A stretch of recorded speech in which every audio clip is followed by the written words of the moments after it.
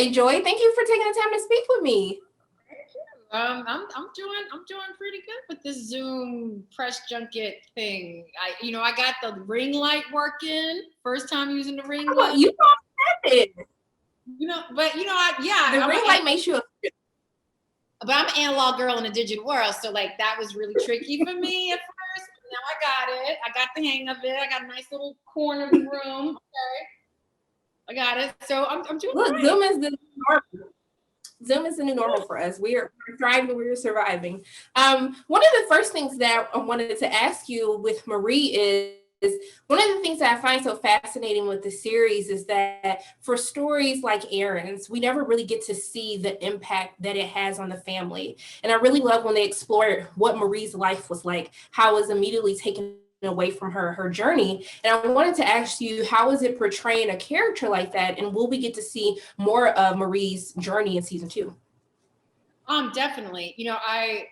I have, when I was preparing for the role, I I relied on my two girlfriends who had partners who were formerly incarcerated, and I remember what what it was like for them, and the sacrifices they had to make in order to love someone that was incarcerated, that was away, and being away from their partner, and also what happened when they came out, and the adjustment and adapt, like how everyone had to adapt to freedom, right?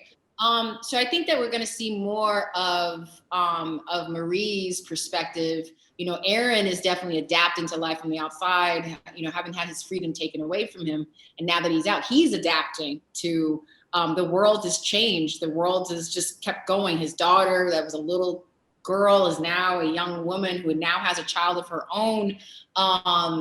The world just moved ahead. And so how is he adapting to life on the outside as a man, as a father, as a partner?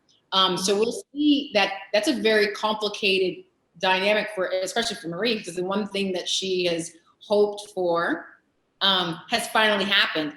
But it's not as simple as just, oh, he's home, everything's great again. No, it's like, oh, there's some work to do, a lot of work. Look, Marie has some other things to handle, okay? Because she in a little love triangle. I need the tea. That's that too, right? So like in the first season, she's in this love triangle and this kind of thing of like, if you can't be with one you love the one you with, right? And so that was definitely like the kind of dynamic between her and Darius and Aaron. And now that she's made the choice to be there for Aaron and to be committed to this relationship, again, it's complicated. She's a complicated woman.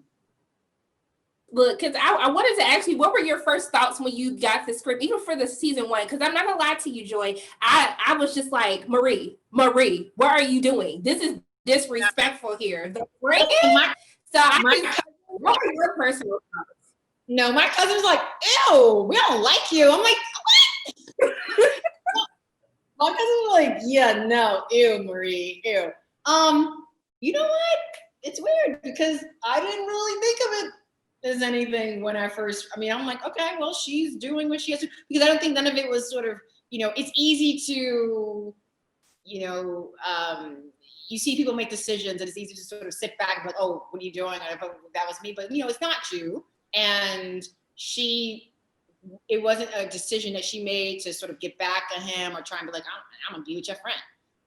It wasn't that. It was like her being left holding the bag in many different bags, and someone being there for her when she really needed him. And things happen. But it's definitely a decision that now, with Aaron being home, she's going to have to face the fact that even though she didn't mean to hurt him, or even though she didn't mean it to be this sort of malicious act or whatever, it still deeply affected him, right? It hurt him. Right. And that's important to, recognize in order for them to really move forward.